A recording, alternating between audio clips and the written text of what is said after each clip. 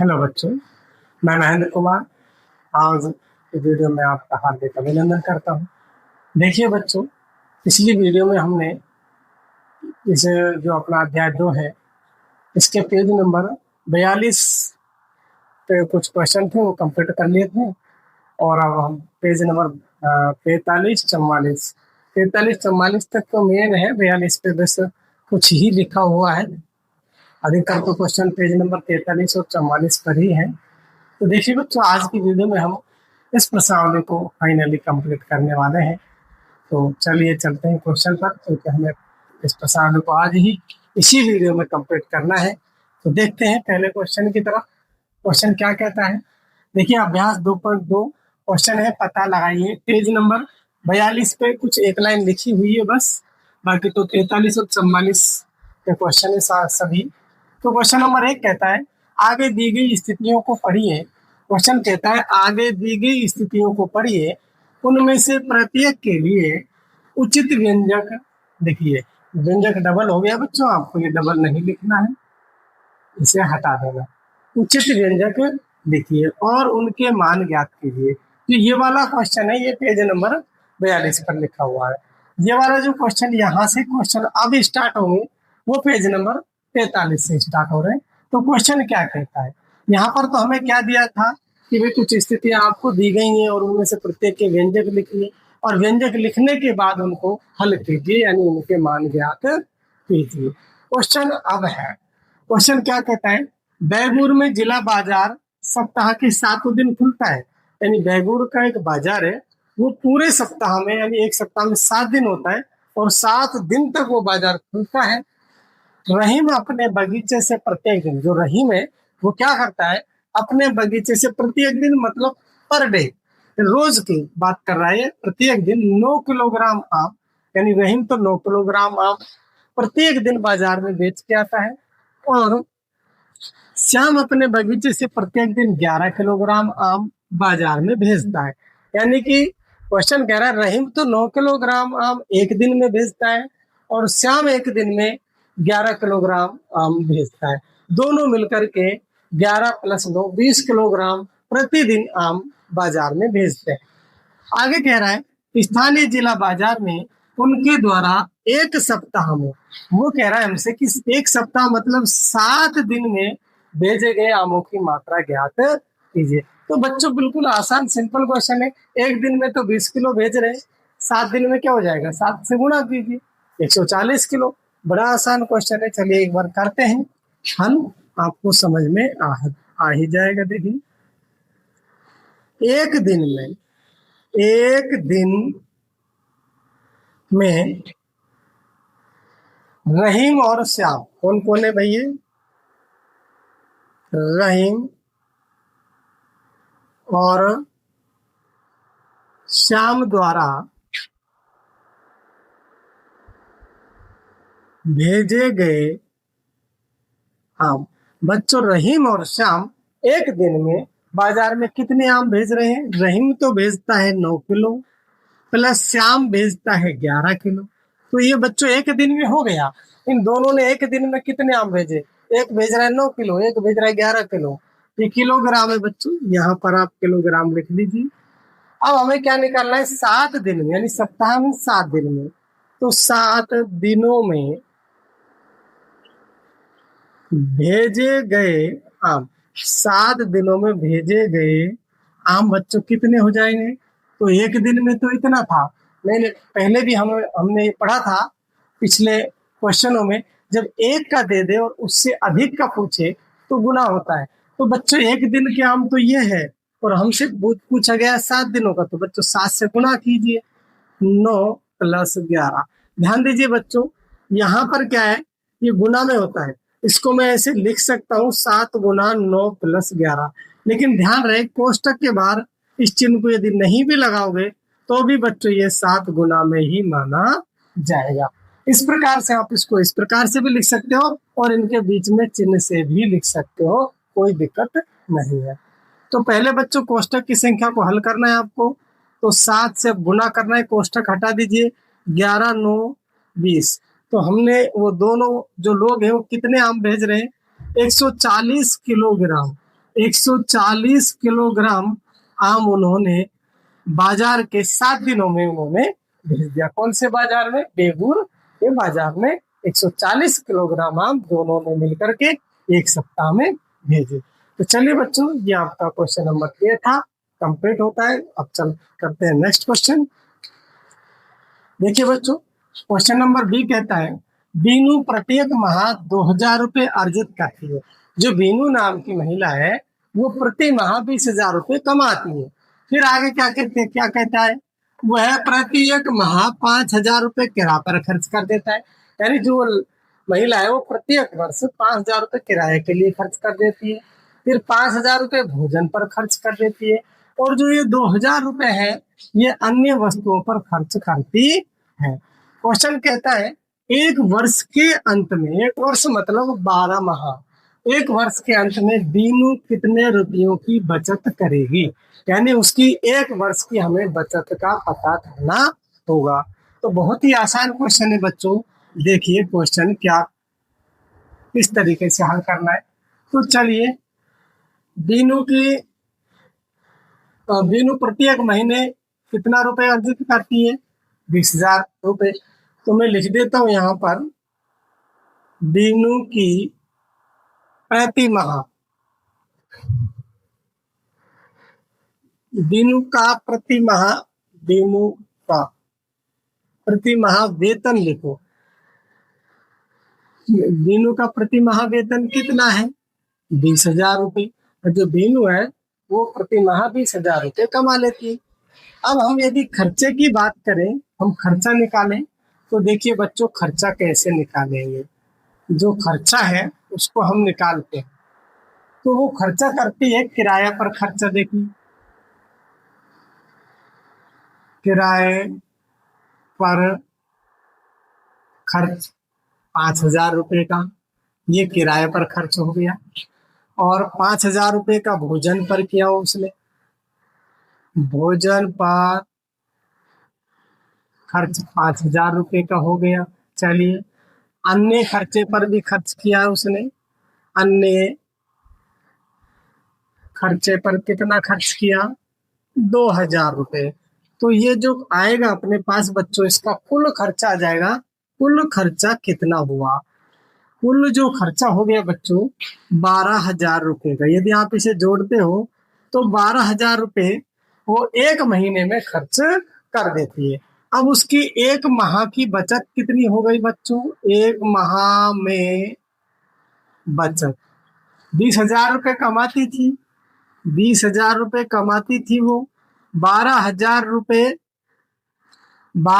रुपये उसने खर्च कर दिए बच्चों।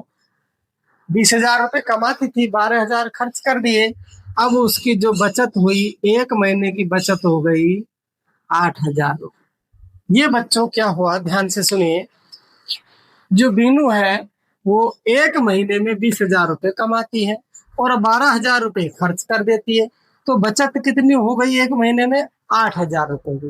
अब क्वेश्चन कहता है एक वर्ष में कितनी बचत होगी? तो बच्चों अब मैं इधर करता हूँ, इधर मेरे पास जगह नहीं है। देखिए ये बीनू था, ये थोड़ा सा मिस्टेक हो गया है, बीनू, इसे बीनू कर देंगे। चलिए, ये बच्चों क्या है, एक माह में बचत हो गई अपने पास। देखिए बच्चों ये बीनू था, ये बार बार पता नहीं लिखने में कैसे प्रिंट हो रहा है, बीनू लिखना है। चलिए बीनू, तो बीनू का प्रति माह वेतन 20,000 रुपये, खर्चा हो गया 12,000 रुपये का, एक महीने में बचत हो गई 8,000 रुपये की। तो बच्चों एक वर्ष मतलब 12 माह, तो 12 माह में बचत, एक वर्ष की बचत निकालनी है तो 12 महीने की निकालनी होगी। हमारे पास एक माह की बचत है, तो 12 माह की बचत हो जाएगी बच्चों। 8,000 को 12 से गुना कीजिए, 0 0 0, 12 अट्ठे 96,000 रुपये बच्चों एक साल में जो बीनू है वो बचा लेती है। तो बच्चों ये आपका क्वेश्चन नंबर बी था, बहुत ही अच्छा क्वेश्चन है। चलिए अब करते हैं क्वेश्चन नंबर सी। देखिए बच्चों क्वेश्चन सी क्या कहता है, एक घोंगा दिन के समय एक खंभे पर 3 सेंटीमीटर चढ़ जाता है। देखिए बच्चों घोंगा है और वो एक खंबे पर चढ़ता है। मानो ये खंबा है, मैं यहाँ पर खंबा बना देता हूँ। ये लो, ये खंबा हो गया, ये घोंगा है। और इस खंबे पर एक दिन में वो 3 सेंटीमीटर चढ़ता है। और यहाँ पर बच्चों उसके लिए भोजन रखा हुआ है। तो एक दिन में 3 सेंटीमीटर चढ़ता है और रात के समय सोते हुए गलती से 2 सेंटीमीटर फिसल जाता है। यानी चढ़ता दिन में तो चढ़ जाता है 3 सेंटीमीटर, और रात में वो 1 सेंटीमीटर 2 सेंटीमीटर फिसल जाता है। 3 चढ़ा 2 फिसला, तो असलियत में तो 1 ही सेंटीमीटर चढ़ा एक दिन में। तो फिर आगे क्वेश्चन क्या कहता है, ये खंबा 10 सेमी ऊंचा है, इसकी जो टोटल ऊंचाई है ये 10 सेंटीमीटर है। ये जो टोटल ऊंचाई होगी बच्चों, इसकी ये हो जाएगी अपनी 10 सेंटीमीटर। चलिए आगे क्या कहता है क्वेश्चन, और इसके ऊपरी भाग पर एक स्वादिष्ट भोजन है। जहां पर बच्चों, यहाँ पर इसका भोजन रखा हुआ है, स्वादिष्ट भोजन है। घोंगे को कितने दिनों में भोजन मिलेगा? यानी इस प्रकार से वो एक दिन में तो 3 सेंटीमीटर चढ़ता है। मान लो यहाँ पर ये धरातल है, यहाँ से वो 3 सेंटीमीटर चढ़ गया और रात के समय 2 सेंटीमीटर वापिस आ गया। 3 चढ़ा और 2 आ गया, तो असलियत में तो वो 1 ही सेंटीमीटर चढ़ा ये वाली। फिर अगले दिन फिर वो 3 चढ़ा, फिर 2 वापिस आया, तो अगले दिन फिर 1 सेंटीमीटर चढ़ेगा। तो इस प्रकार से वो इस 10 सेंटीमीटर ऊंचे खंबे पर रखे भोजन को कितने दिन में प्राप्त कर लेगा? लेकिन बच्चों ये आपको ध्यान रखना है, जब वो घोंगा इस पर चढ़ता है तो एक दिन में 3 सेंटीमीटर चढ़ता है, 2 नीचे वापस फिसल जाता है, फिर 3 चढ़ता है, अगले दिन फिर 2 फिसल जाता है। लेकिन जैसे ही बच्चों वो घोंगा इस खंबे के ऊपर चला जाएगा तो वह वापस नहीं फिसलेगा। ये ध्यान रखना, क्योंकि मान लो यदि वो यहाँ पर पहुंच जाता है, वो 3 सेंटीमीटर ही बचता है, तो एक बार में 3 सेंटीमीटर ऊपर पहुंच ही जाएगा, फिर वो वापस नहीं आएगा और भोजन को प्राप्त कर लेगा। तो चलिए करते हैं क्वेश्चन को। देखिए बहुत ही अच्छा क्वेश्चन है, कोई दिक्कत नहीं है। खंबे की ऊंचाई पहले हम लिख लेते हैं, वो कितनी है। खंबे की ऊंचाई वो अपन को दे रखी है 10 सेंटीमीटर। ये खंबा 10 सेंटीमीटर का है। तो क्वेश्चन कहता है वो जो घोंगा है ये खंबे पर 3 सेंटीमीटर चढ़ता है, दिन में चढ़ता है, रात में 2 सेंटीमीटर फिसलता है। तो दिन में चढ़ा कितना सेमी? 3 सेंटीमीटर। और रात में फिसला, रात में कितना फिसल गया वो भी लिख लेते हैं। चलिए रात में वो फिसल जाता है कितना? 2 सेंटीमीटर वो वापस फिसल जाता है। तो एक दिन में कितना चढ़ा वो? एक दिन में चढ़ेगा, एक दिन में चढ़ेगा कितना? 3 पहले चढ़ा, फिर 2 वापस आया, उसे माइनस कीजिए, 1 सेंटीमीटर वो एक दिन में चढ़ जाता है। अब हमें क्या करना है बच्चों, यहाँ पर चित्र से एक बार समझिए। एक दिन में वो 1 सेंटीमीटर चढ़ेगा। मान लो मैं चढ़ाता हूँ, एक बार यहाँ से समझिए। क्योंकि मेरे पास 10 सेंटीमीटर है तो मुझे 7 सेंटीमीटर तक चढ़ाना है। रोज 1 सेंटीमीटर चढ़ता है, तो 7 सेंटीमीटर तो वो 7 दिन में चढ़ जाएगा। देखो 1 2 3 4, 1 2 3 4 5 6 7 चढ़ाना है बच्चों मुझे। यहाँ पर ले लीजिए, थोड़ा सा ठीक से निशान बना देता हूँ। 1 2 3 4 5 6, तो 1 सेंटीमीटर यहाँ हो गया, 1 चढ़ा, फिर यहाँ से यहाँ तक 2 3 4 5 6, और यहाँ तक हो गया उसका 7 सेंटीमीटर।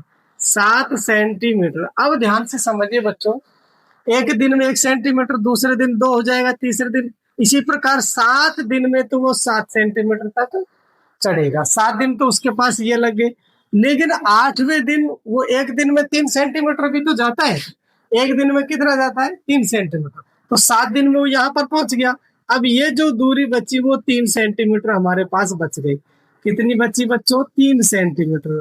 तो वो 8वें दिन में 3 सेंटीमीटर ऊपर चढ़ जाएगा, फिर वापस आने का तो मतलब ही नहीं है।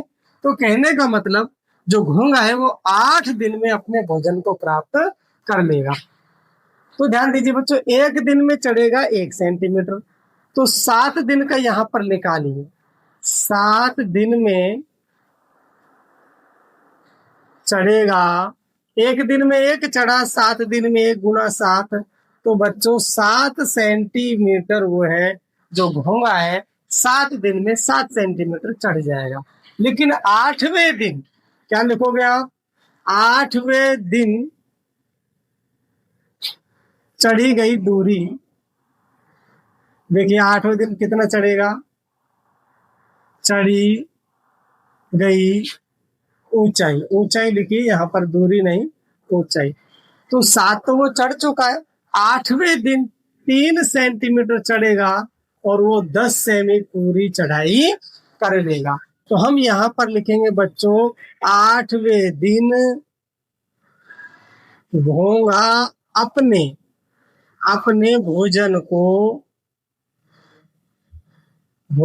को प्राप्त कर लेगा, प्राप्त कर लेगा।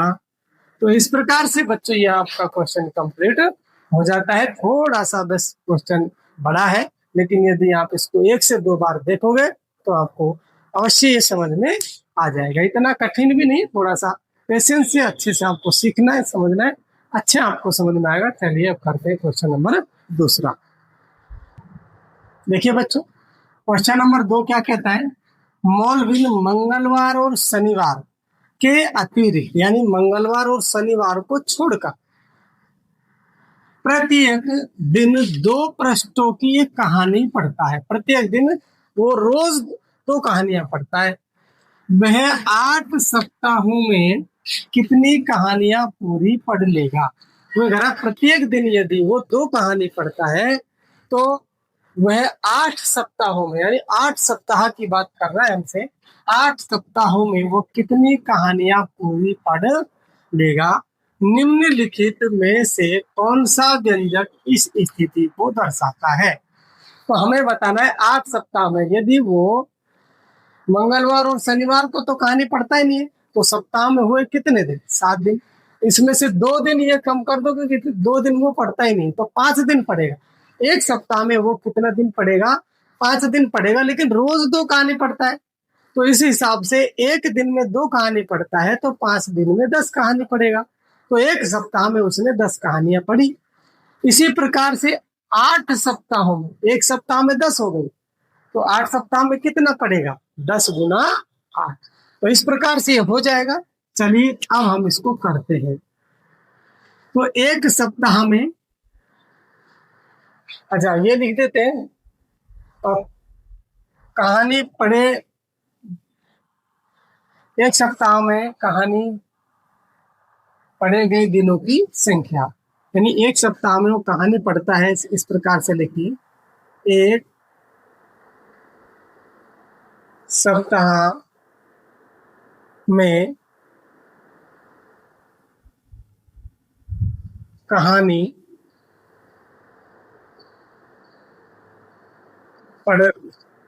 पढ़ता है, या एक सप्ताह में कहानी पढ़े गए दिन, कहानी पढ़े गए दिन, यानी कि एक सप्ताह में वो, एक सप्ताह में कहानी पढ़े गए दिन का मतलब है जिस दिन, जिन दिनों में वो कहानी पढ़ता वो दिन कितने हैं। तो सप्ताह में बच्चों हो गए 7, और 2 दिन वो कहानी पढ़ता ही नहीं है, तो बाकी वो जो कहानी पढ़ता है वो 5 दिन पढ़ता है। कितने दिन पढ़ता है? 5 दिन। तो एक सप्ताह में कहानी पढ़े गए दिन, तो एक सप्ताह में जिस दिन कहानी पढ़ता है वो कितने दिन है? 5 दिन है। अब हमें क्या करना है बच्चों, एक सप्ताह में उसने 5 दिन कहानी पढ़ी, लेकिन प्रत्येक दिन कितनी कहानी पढ़ता है? 2 दिन। तो ये तो पढ़े गए दिन है, और इस एक सप्ताह में, एक सप्ताह में यहाँ पर ये और लिख लीजिए इधर, प्रतिदिन या एक दिन में, एक दिन में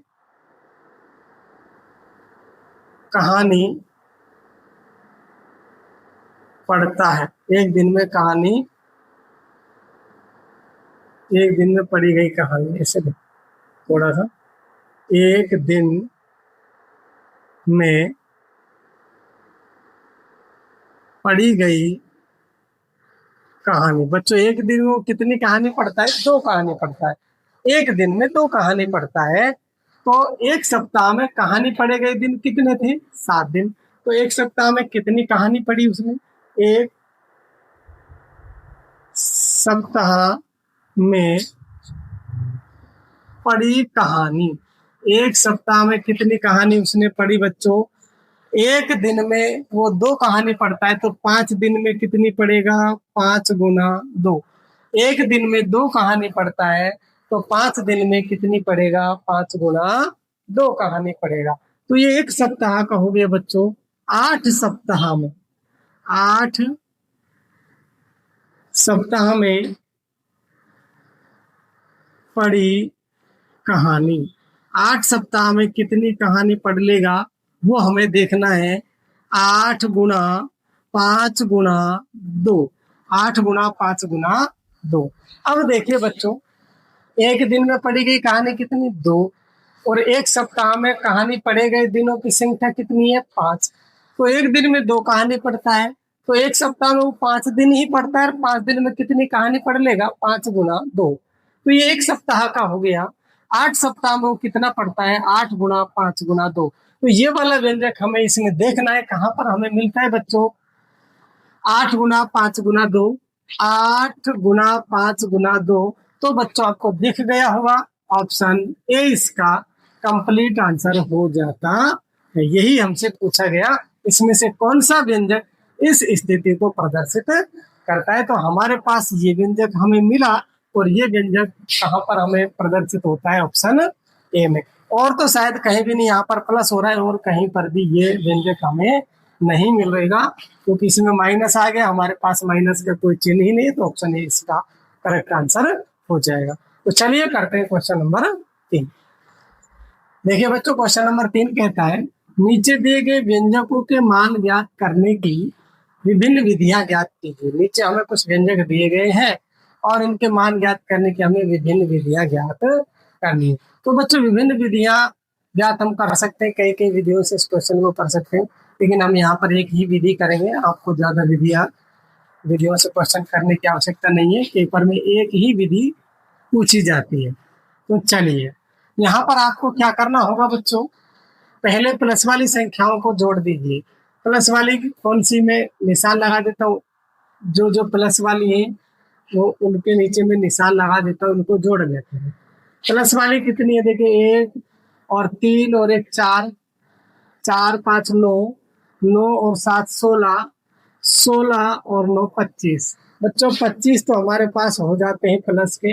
अब जो बच्चे वो माइनस के होंगे, तो जोड़िए 2 और 4 6 और 6 12, 12 8 20 और 10 30। 30 हमें मिले माइनस के। दोबारा देखिए, 2 और 4 6 और 6 12 8 20 और 10 30। अब बस बच्चों कुछ नहीं करना, आपको इन्हें माइनस कर देना है। लेकिन ध्यान रहे, बड़ा मान माइनस का है तो उत्तर में माइनस चिन्ह लगेगा, और छोटा मान बड़ा मान माइनस का तो आंसर में माइनस चिन्ह, और बड़ा मान प्लस का है तो उत्तर में प्लस चिन्ह लग जाता है। अब ध्यान दीजिए बच्चों, एक प्लस और एक माइनस, ये प्लस ये माइनस हमेशा घटा होता है। तो 30 में से 25 घटा दीजिए, कितना बचेगा? 5। लेकिन माइनस का बचेगा, क्योंकि माइनस का मान बड़ा है। प्लस वाला बड़ा होता तो प्लस चिन्ह लगा देते, लेकिन संख्या के आगे प्लस चिन्ह हम नहीं लगाते हैं। यहाँ पर देखिए बच्चों, आप एक बार तो प्लस वालों को जोड़ लीजिए, एक बार माइनस वालों को जोड़ लीजिए, या फिर यहाँ तो बहुत ही आसान है। देखो, 1 से ये 1 कट जाएगा, क्योंकि 1 में 1 गया 0। उसी प्रकार से ये भी 1 से 1 कट गया, ये भी 1 से 1 कट जाएगा, ये वाला भी 1 से 1 कट जाएगा, और ये भी 1 से 1 कट जाएगा, यानी सारे मान कट गए, आपका आंसर हो गया 0। आप इसको ऐसे भी कर सकते हो, पहले प्लस वाला जोड़िए, प्लस प्लस वाले 1 2 3 4 5, तो 5 प्लस के हैं और 5 ही माइनस के हैं, तो भी आपका आंसर बच्चों क्या हो जाएगा? 0 ही हो जाएगा। तो चलिए बच्चों, इस प्रकार से आपका बहुत ही आसान क्वेश्चन था। करते हैं नेक्स्ट क्वेश्चन, क्वेश्चन नंबर 4। देखिए बच्चों, क्वेश्चन नंबर 4 कहता है नीचे दिए गए व्यंजकों के युग्मों की तुलना इन चिन्हों के माध्यम से या फिर तर्क के उपयोग द्वारा कीजिए। तो हमें बच्चों इनकी तुलना करनी है और इसमें से कोई सा भी चिन्ह भरना है। तो चलिए एक बार इसको हम समझते हैं। तर्क के माध्यम से करने की कोशिश करेंगे और जो कुछ जटिल संख्याएं होंगी उनको कुछ हल भी करेंगे। तो यहाँ पर देखिए बच्चों, इधर क्या हो गया, 39 में से 39 माइनस 7 प्लस 8, 49, 49 माइनस 7 प्लस 8, इधर भी 49 माइनस 7 प्लस 8, सेम ही संख्या है बच्चों, दोनों तरफ बराबर संख्या है तो बराबर का चिन्ह भर दीजिए, यहाँ पर तो कोई दिक्कत है ही नहीं। चलिए इधर आइए, यहाँ पर क्या है बच्चों, 83 42 18, थोड़ा सा तर्क सोचिए, 83 42 18, यहाँ पर 83 40 18। अब देखो 83 और 83 तो सेम ही है, यहाँ तक तो कोई दिक्कत नहीं है। 18 माइनस, दोनों तरफ भी माइनस भी हो रहा है, सेम संख्या माइनस हो रही है। 83 और 83 बराबर है, लेकिन ध्यान दीजिए 83 को 42 से गुना करेंगे और जब 83 को 40 से गुना करेंगे तो ये छोटा मान होगा और ये बड़ा मान होगा। घटने वाली संख्या तो सेम ही है ना, तो आप समझ पा रहे होंगे यहाँ पर 42 बड़ा है और यहाँ पर 40 छोटा है। तो जब मैं 42 को 83 से गुना करूंगा तो मान बड़ा मिलेगा और जब मैं 83 को 40 से गुना करूंगा तो इसकी अपेक्षा मान कम मिलेगा। घटाने वाली संख्या सेम ही है तो इसका मतलब ये वाला मान हमें बड़ा मिल जाएगा। तो चलिए आगे देखते हैं बच्चों। सबसे पहले गुना करते हैं, दिमाग में रखना। यहाँ पर क्या हो रहा है, 17 गुना 18 हो रहा है। 17 गुना 18, मैं एक बार और चेक कर लेता हूँ कौन सा है, ऑप्शन सी, 17 गुना 8 है बच्चों। इधर देखिए, यहाँ पर तो 17 गुना 8 है, आप चेक देख पा रहे होंगे 17 गुना 8, और इधर है 17 गुना 6। यहाँ पर ध्यान दीजिए 145 वाला मान इधर सेम है और 145 इधर भी सेम है, दोनों तरफ 145 सेम है। लेकिन ध्यान दीजिए 17 गुना 8 जब आप करोगे और 17 गुना 6 करोगे तो ये वाला मान इस वाले मान से कम ही मिलेगा, क्योंकि 17 को 8 से गुणा किया जा रहा है, यहाँ पर छोटी संख्या से गुणा किया जा रहा है, तो ये वाला मान इससे कम होगा। लेकिन ध्यान रहे ये मान अधिक होगा और जब अधिक मान को 145 में से घटाएंगे तो मान कम मिलेगा, और जब 145 में से कम मान घटाओगे तो मान अधिक मिलेगा। तो कहने का मतलब 145 तो सेम ही है, इसमें से बड़ा मान घटेगा तो आंसर कम मिलेगा, और 145 में से जब छोटा मान घटेगा तो आंसर बड़ा मिलेगा। तो इसका मतलब ये वाला मान हमें बड़ा मिल जाएगा। चलिए अब करते हैं, यहाँ पर इधर देखिए, इधर क्या हो रहा है, 23 गुना 48, 23 गुना 48 में से क्या घट रहा है, 35 घट रहा है। यहाँ पर 23 गुना 48 में से 35 घट रहा है। इधर क्या हुआ इसको देखिए, यहाँ पर मैं आपको समझा देता हूँ, 23 और इधर 48 माइनस 35, तो यहाँ पर क्या हो जाता है बच्चों, कोष्ठक को हल कीजिए।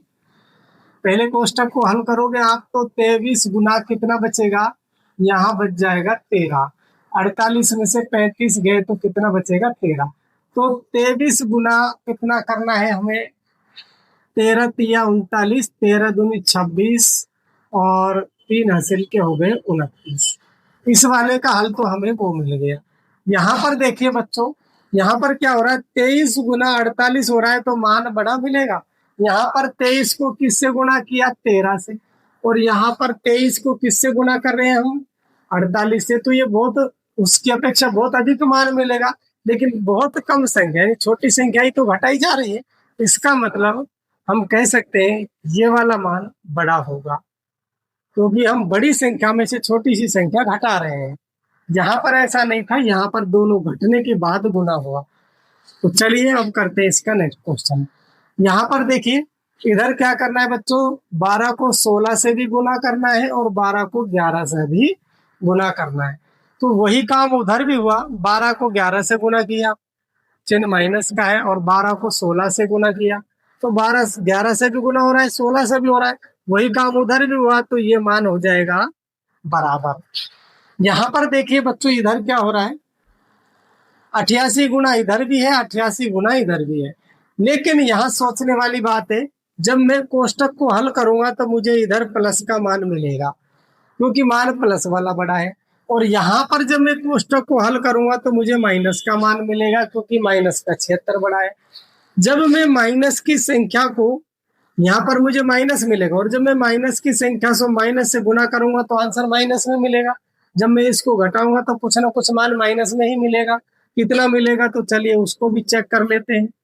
घटा दीजिए, 53 घटाइए 3 2, माइनस का 23 मिलेगा, तो मैं माइनस के 23 को 28 से गुना करूंगा तो आंसर तो माइनस में ही आने वाला है।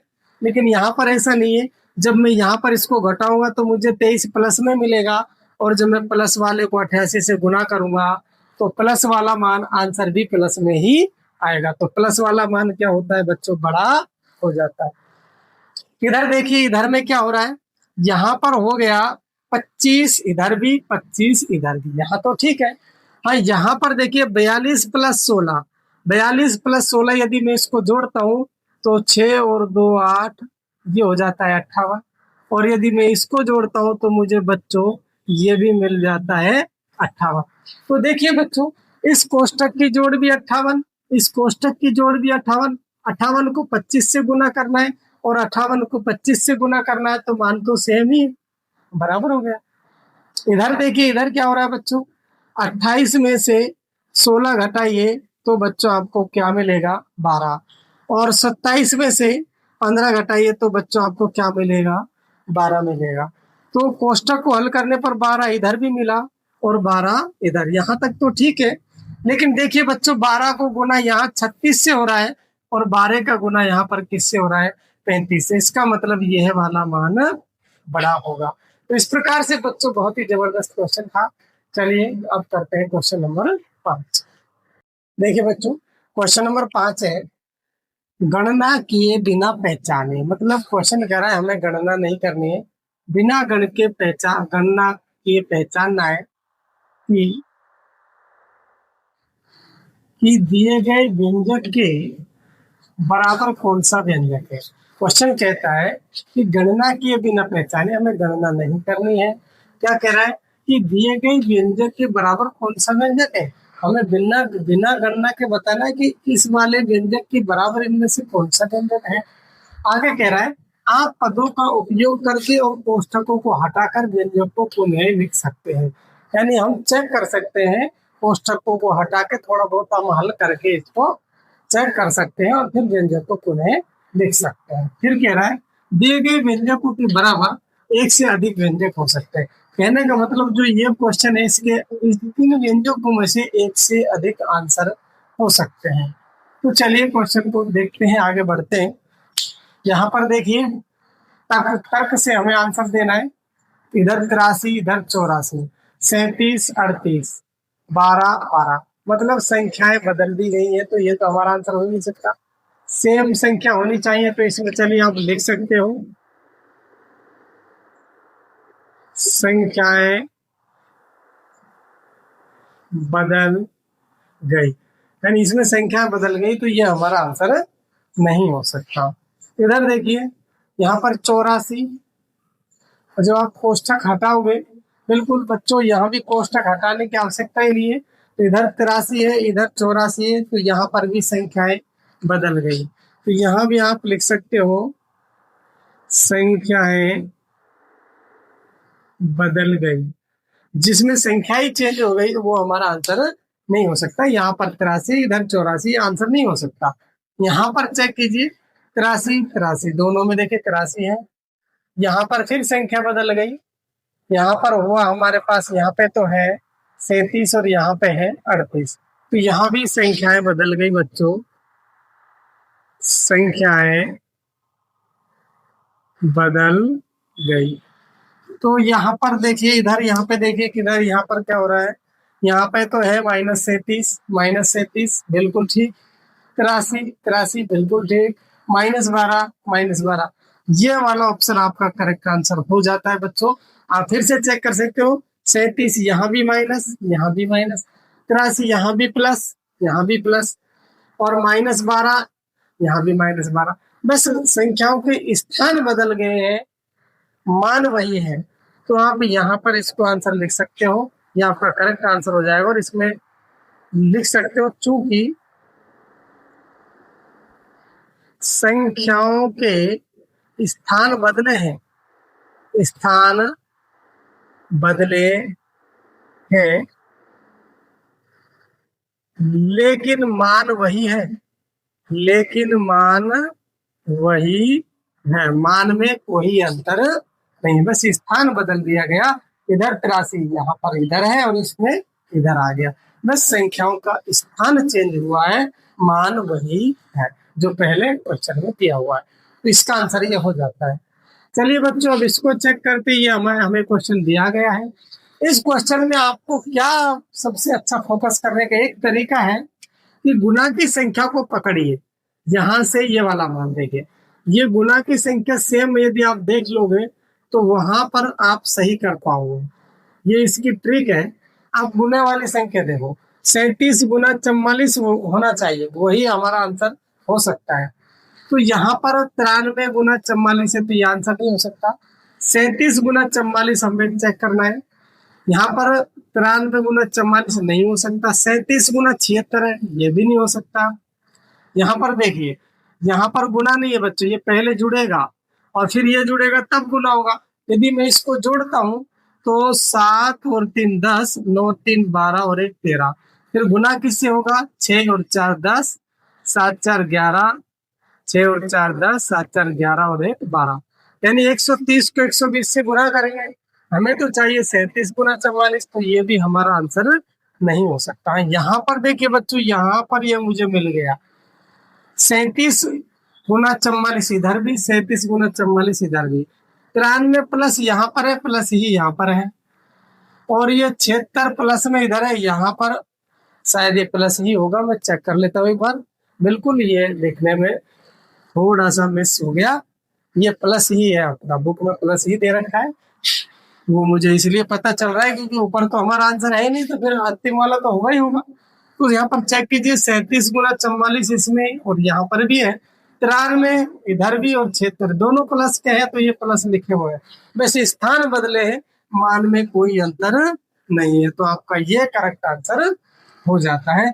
इस प्रकार से बच्चों आपकी ये आपका जो अभ्यास 2.2 भी 2.1 और अभ्यास 2 पूरा ही आज की वीडियो में कंप्लीट हो जाता है। और बच्चों, यदि आपको अगली प्रश्नावली की और वीडियो हमसे इसी प्रकार से आप हमसे चाहते हो तो आप हमारे चैनल को अधिक से अधिक शेयर करें, लाइक करें। थैंक यू, धन्यवाद।